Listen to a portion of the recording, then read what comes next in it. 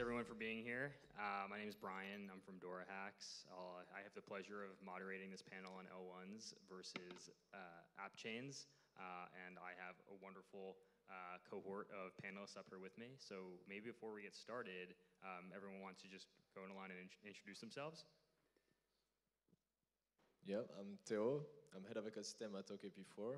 So OKP4 is a layer one, maybe an app chain. We'll see. I mean, that's the purpose of the talk. And yeah, we're building a chain for like a governance infrastructure for any off-chain resources, like data sets, like algorithm, and it's a set of primitives that enable builders to do new things.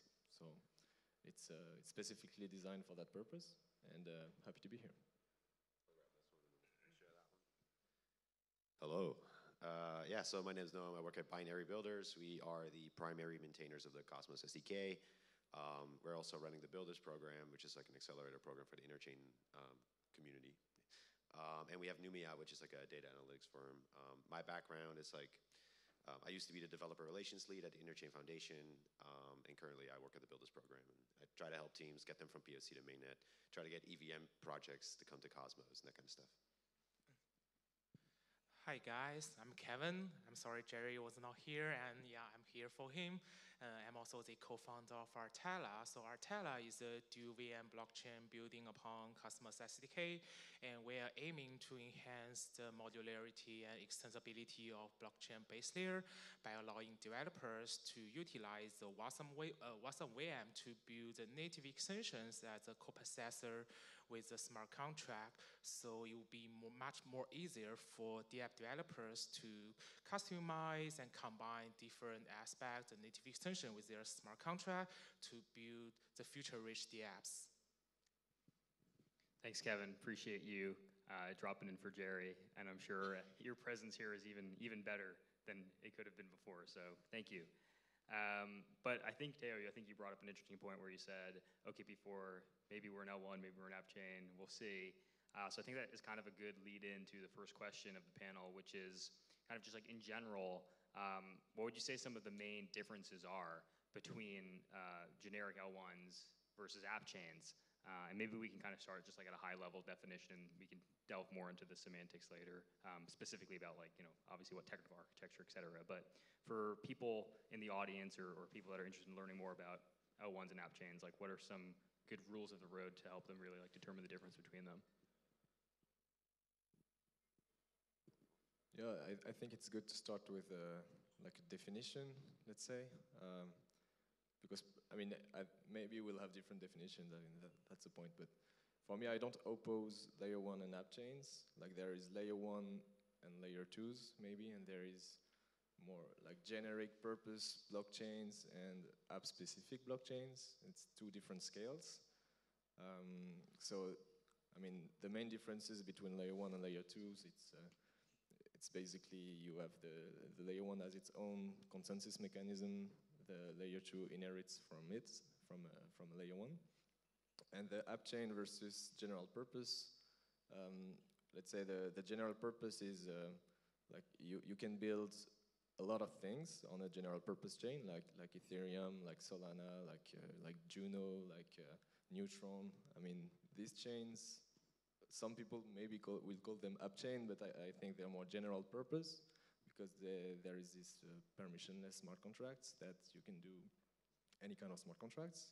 And on the app chains, on the app chain side is mostly very, very specifically built for a single application. And I mean it's very tailored. It's probably not as permissionless. It's specifically designed for an application.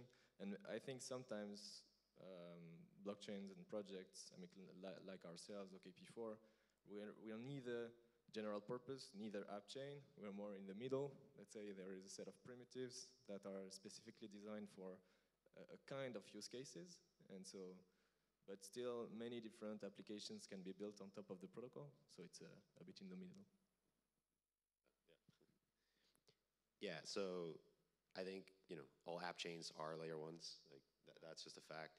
I guess like the conversation today is about generic layer ones versus app chains. The thing is that I don't really believe there is such a thing as a generic layer 1. Like there's no layer 1 that goes out and says, oh yeah, we're just generic. Like every layer 1 has a specific narrative, right? Ethereum is the source of truth. That's where you settle.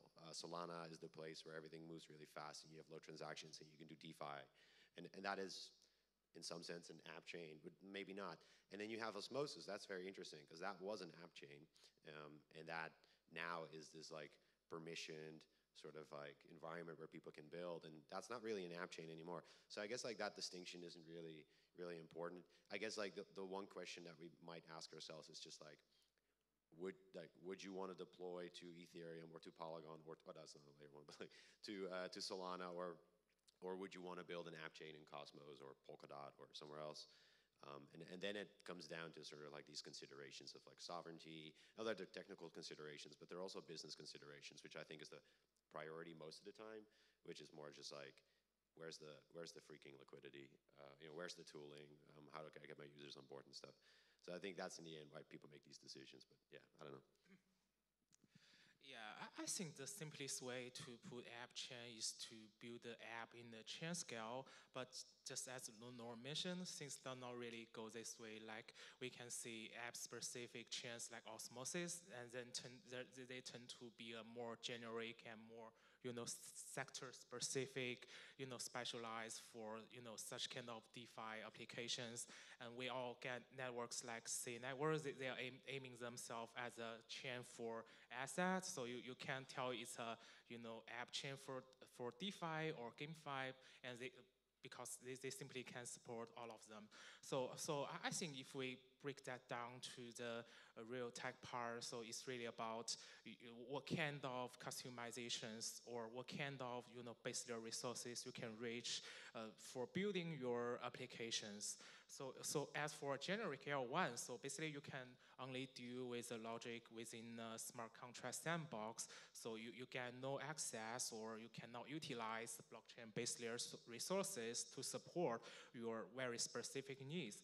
But by the combination of the app chain, basically we are talking about you can get more access and realize more in-depth customizations to support the specific needs for your sector specific chain or just specific apps. So that's where I see the main differences. But my thinking is that I think there is no such a clear and strict line between the app chain and the generic L1.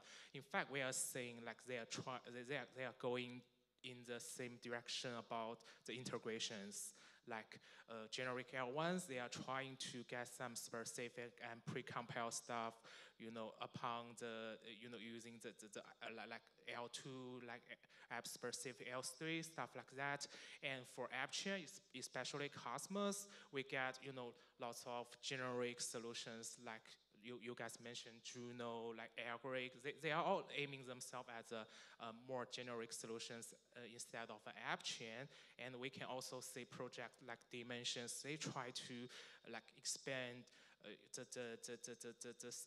accessibility and scalability of a chain, to make them be utilized in a more broader way. So that's I say there's a clear integration trend between these two sectors.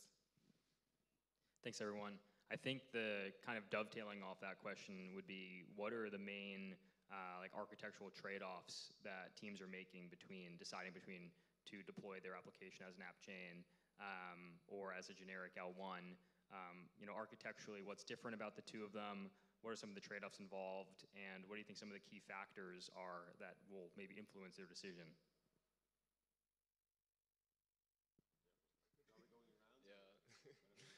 Yeah, so let's say the benefits of using, let's say, a general purpose already existing chain is, as you said, composability, liquidity. A lot of you inherit for the whole ecosystem, and I mean Ethereum is great in that regard. There is many applications, and it's very easy from one token to be into multiple applications. It's actually perfect for that. The trade-off is you inherit everything. The VM, the competition in block space in Ethereum, that's a big deal because it's every transaction costs a lot, and so you have the benefit of liquidity and composability, but then it costs a lot as a user or as a developer. So if you build your own chain, if you take the choice of sovereignty, you have also customization. You can choose everything you want. You can perfectly design your chase for your needs, and then you have this sovereign environment where if you want gas fees to be really low, if you want big blocks, if you want maybe less decentralization but better UX, better. I mean, it's something you can do. You can customize many things from the smart contracts themselves, from even in the Cosmos SDK, the modules. It can increase the performance. You can have like validators secured bridged. You can have native oracles. You can have encrypted mempools. You can have so many things that are can tailor the needs of the application or of the, let's say, environment you want to create. So yeah, it's a question of trade-off. Where do you want to be in this trilemma between decentralization, security, and scalability? And yeah, do you want to benefit from the existing ecosystems or not? So yeah, I mean, if you, as a developers, the advantage is the pros of smart contract is that you can only you only have to deal with the complexity. I mean, within the smart contract sandbox, you don't really need to worry about the security stuff like that, because you get L1 backend to support all this kind of like middleware services, infra, stuff like that. But the trade-off is that because of the simplicity, you can only get limited resources to the blockchain base layer. So that is really tough for you to realize in-depth customizations. And as for the Appchains, I think as an Appchain, so basically you can customize everything in chain scale. So that's how you can realize some kind of the functionalities or the performance that you can hardly find on the generic L1, and also you can have some specific functionalities for your specific user cases, since you can go beyond what the generic L1 means. But it's kind of like, because if you try to like extend your base layer support in the generic L1, so basically you can go through the very heavy solutions like EIP, but we don't really know that the need for your DApps is if it's a common need for all of the developers. So that's why we can see the heavy solutions like EIP is really tough to be pushed in generic L1 like Ethereum, because like all the base layer resources is highly conjected and intertwined. But the concept of Appchain is really about the heavy overhead and I would say fragmentations, because building a chain is still way too heavy for most of the developers. Even if currently we get like more and more solutions like interchain security to lower the burden for the Appchain developers, I mean it's still high for I would say most of them. And also because a chain is kind of like a synchronized system compared to another chain, so you cannot mobilize a app chain, combine the different apps on different chains, just like composing the DeFi Legos as in Ethereum. That's what the main trade-offs for these two different solutions. Yeah, I think on the architecture side, it's pretty much covered. I think it's also quite obvious at this point, the distinctions. I think what's interesting though is like the decision makers, the technical decision makers, or the individual developer. They look at the architecture, but most of the time the architecture isn't really the main concern. You start off with it. Most of the time, it makes the most sense to start off as a smart contract somewhere, and then sort of find product market fit, get your users, and at some point you go, okay, let's go build our own app chain. Like DoraHacks is a great example. They just like went from V1, end up V4, and then for them it makes sense to go to the Cosmos ecosystem.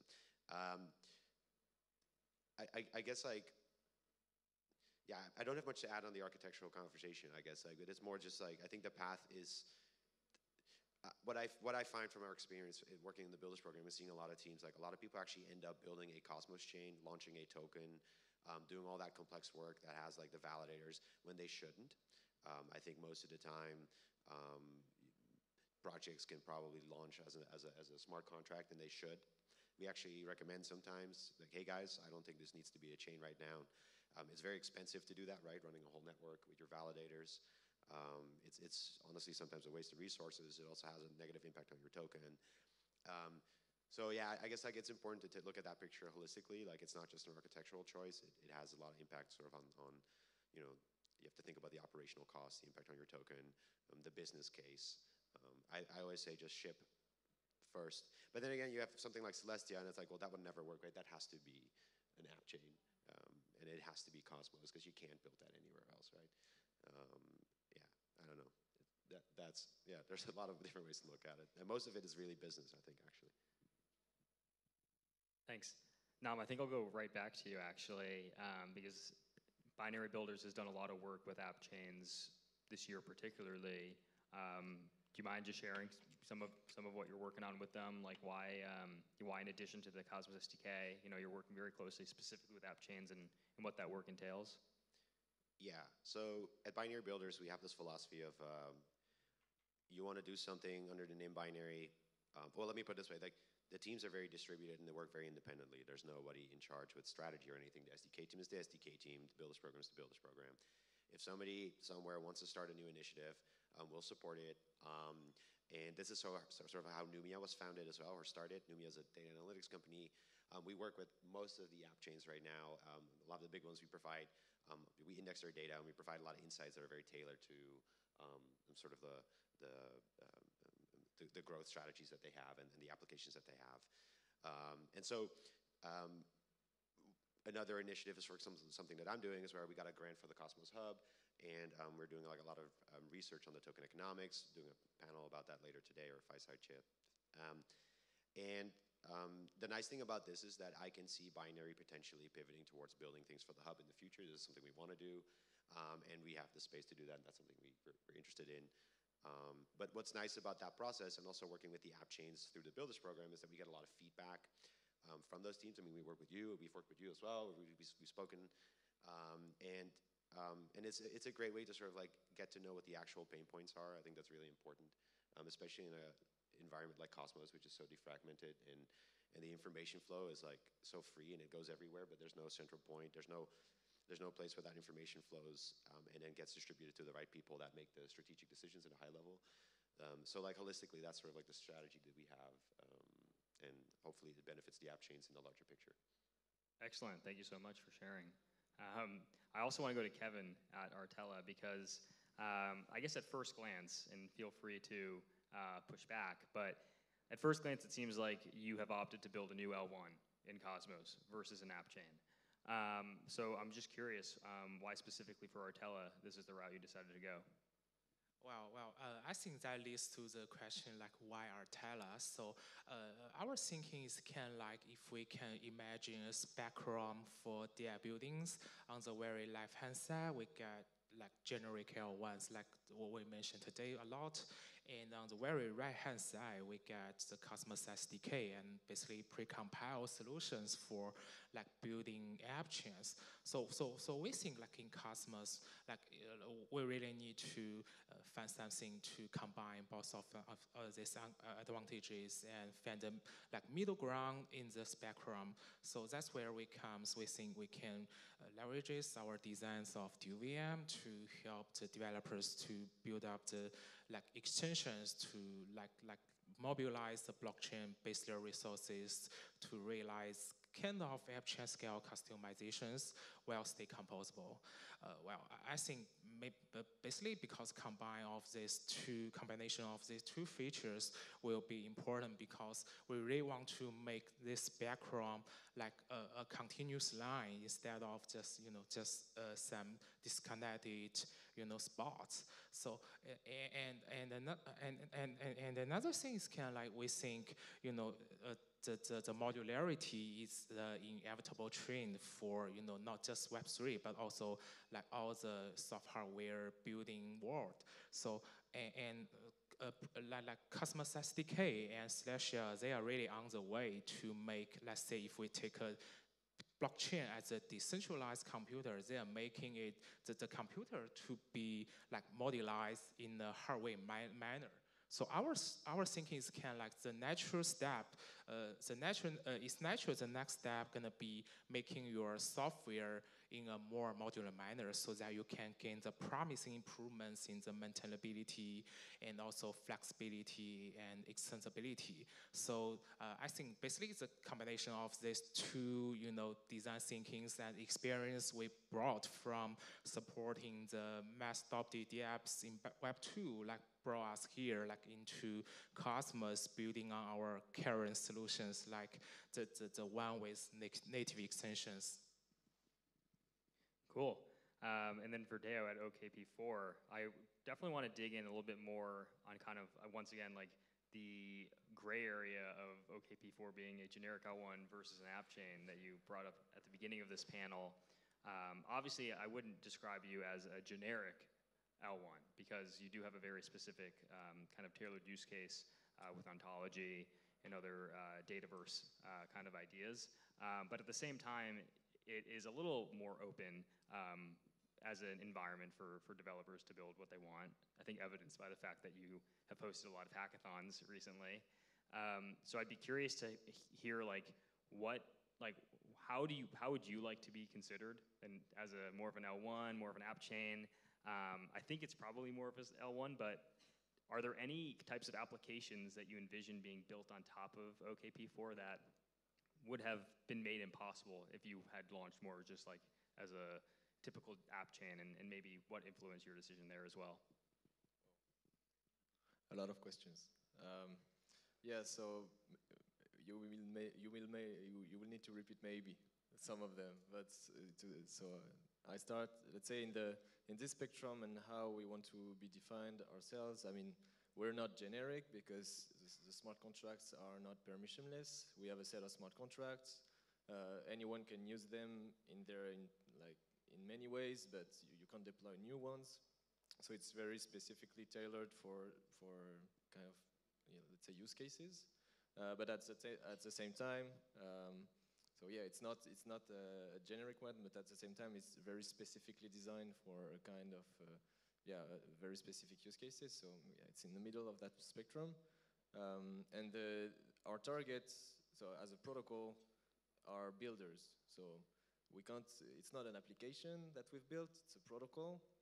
So it's really an environment and a set of tools for builders to create their use cases in the most easier manner, with everything that can be used quite easily. So, for example, you mentioned the ontology. I mean, the protocol, just to be simple, what it enables is to share anything as a service that is off-chain and under any conditions you want. So share anything is like data sets, algorithm, all these things. You say, this is where they are available. This is what they're about. So you describe the metadata on-chain, and you say this is where it's available. And these are the conditions under which you can access it. Like, do you have the right credentials? That's the business model. What kind of algorithm do I accept my data to interact with? All these kind of rules. So we've designed, let's say if we asked ourselves this question, should we do smart contracts? Should we do a chain? As smart contracts, it would be very, very difficult to do so. Like, you would need probably every time someone published a new kind of rule, you would need another smart contract. It would be a mess. I mean, it's very difficult to do these kind of things. In our design, we have we choose the domain-specific language that is Prolog, that is perfect to design the rules, and we've implemented the Prolog interpreter as a module, so the validators, they can interpret the rules, verify that they are enforced, and so as a module, it's very, very performant because it's very close to the validators. It's way more performant than a smart contract. We could have done that. We've done that actually, but it's not performant. And so all these things are designed to create the right environment for this kind of, for builders to come say, oh, I have an idea, I don't know, I want to build a network, a network state, or I want to build a project on decentralized physical infrastructure, or I want to have a DAO who has control over a Twitter account, or I want a DAO to collaboratively train an AI, these kind of things that are in between the on-chain and the off-chain worlds. I mean, we've created the right tools and the right environments, even no-code interfaces for builders to create this very easily. So it's for us, it was necessary to create a chain. I mean, another point we haven't touched on is governance, and the sovereignty aspect of it is really important, because you're not dependent on any other blockchain. You can do whatever you want. Even the community has complete control over the different specializations they want, over the customization, and it can evolve in that regard if the community agrees. And it can be, I mean, it's sometimes necessary when you have like edge use cases that maybe need some intervention from the community and more governance intensive. Whereas in Ethereum, you have no choice. I mean, if you do a mistake, it's over for you. So. Thanks. Noam, I want to go back to you real quick, because I think kind of an interesting dichotomy that maybe you are dealing with at binary builders, hence the name, maybe.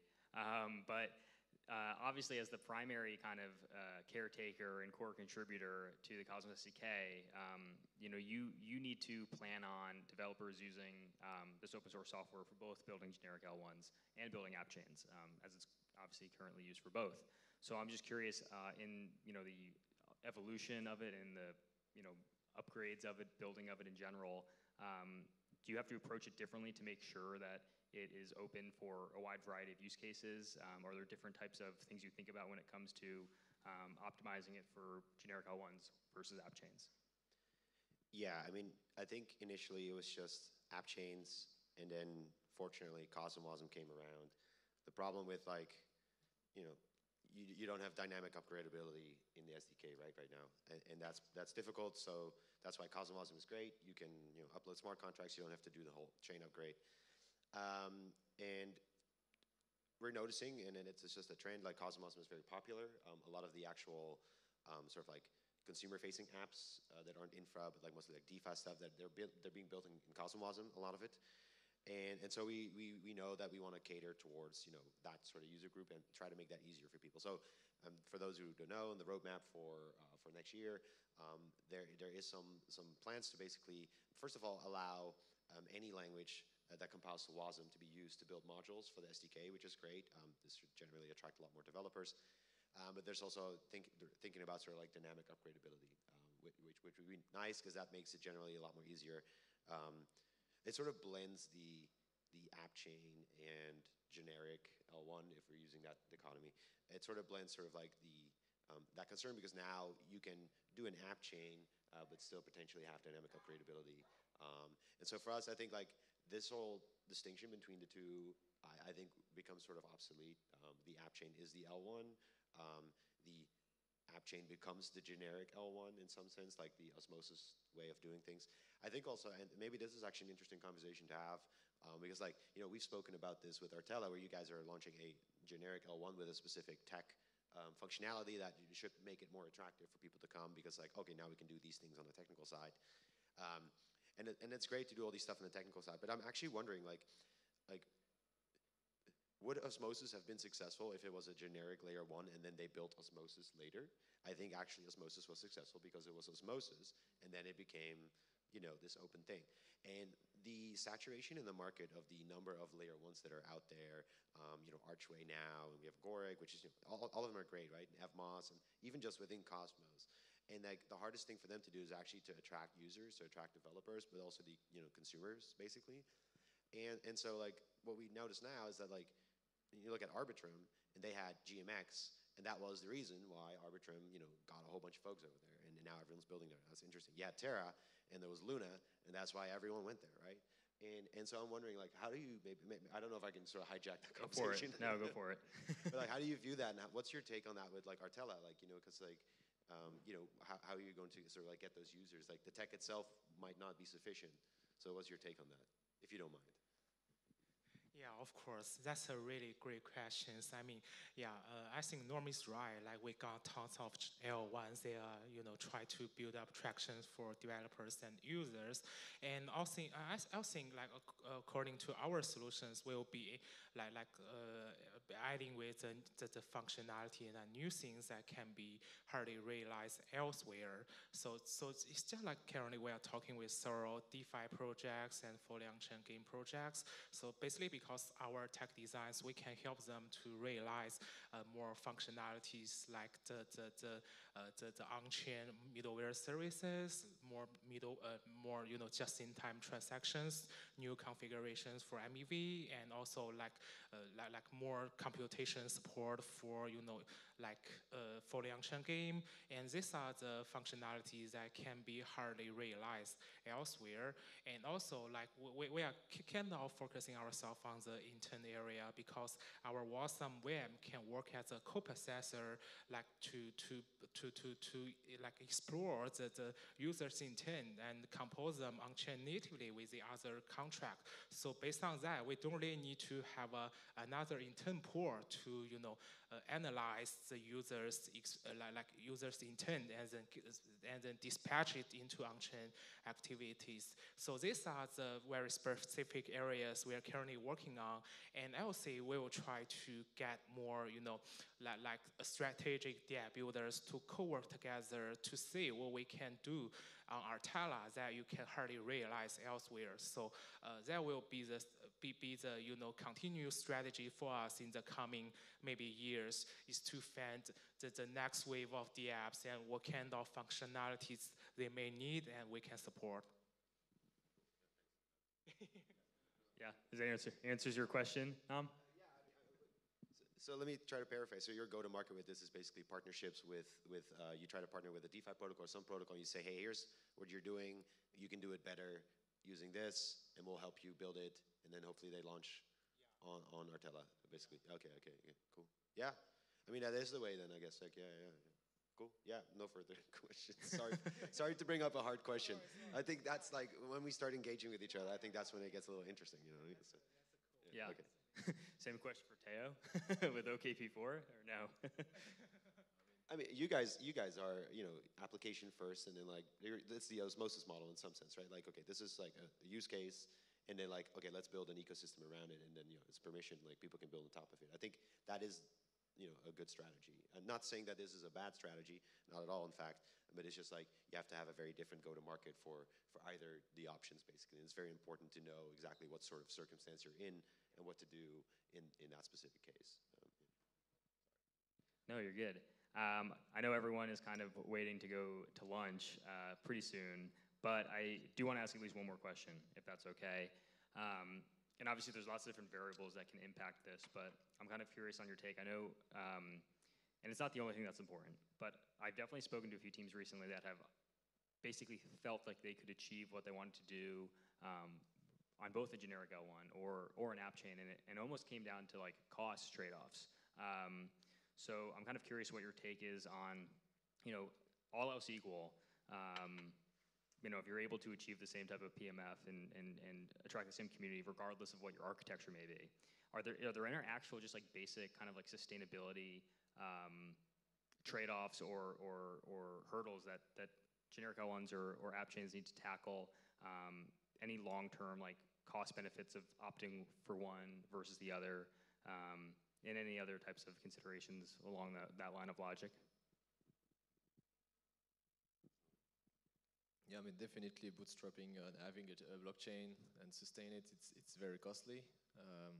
You can see that's the curse of Cosmos, right? It's the bear market, the down-only price action. I mean, it's because of inflation, because you have to I mean, the validators, they are doing a job that is costly, and even if you have no users, you still need to pay some costs for them to not unplug their machines basically, and so it's let's say a feedback loop that the price goes down because there is inflation, then the community is like, meh, this project is bad because crypto is like a price influences a lot the fundamentals and the perception of the projects, even if it has nothing to do with it. If the price goes down, the project is bad. That's it.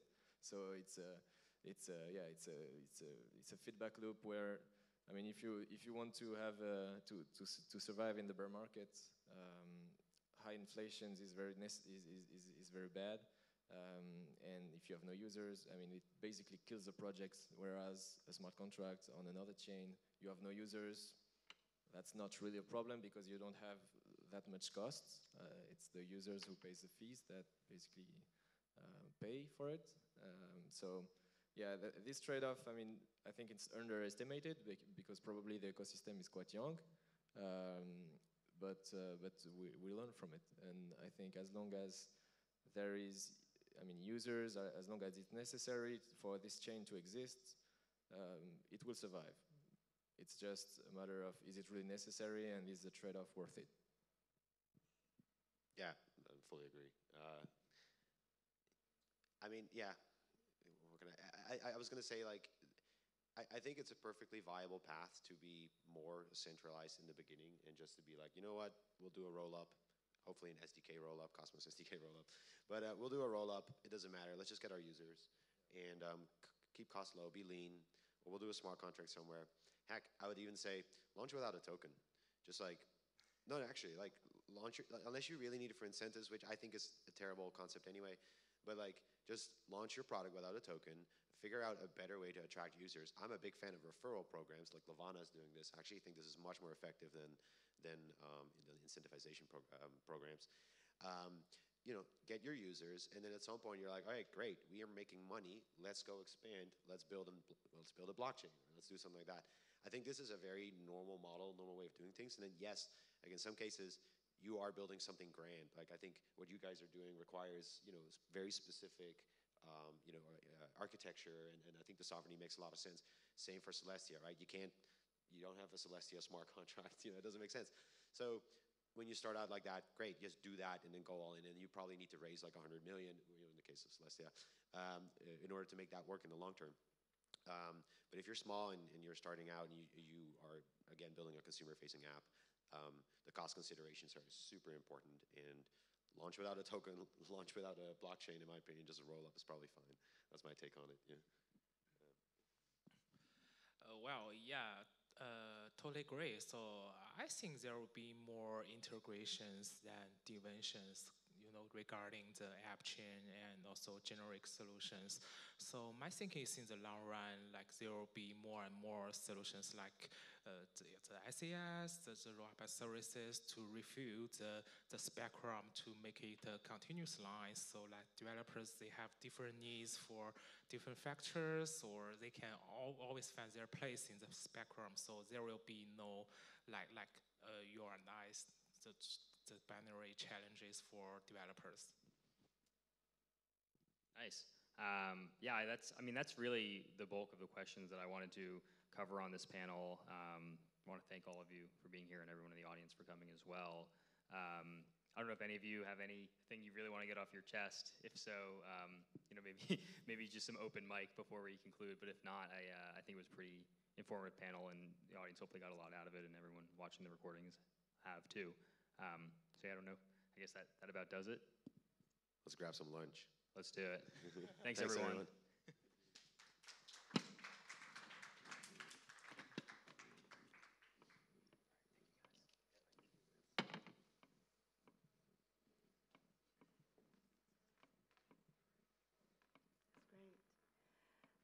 Thank you, everybody, for a very, very insightful panel. So that concludes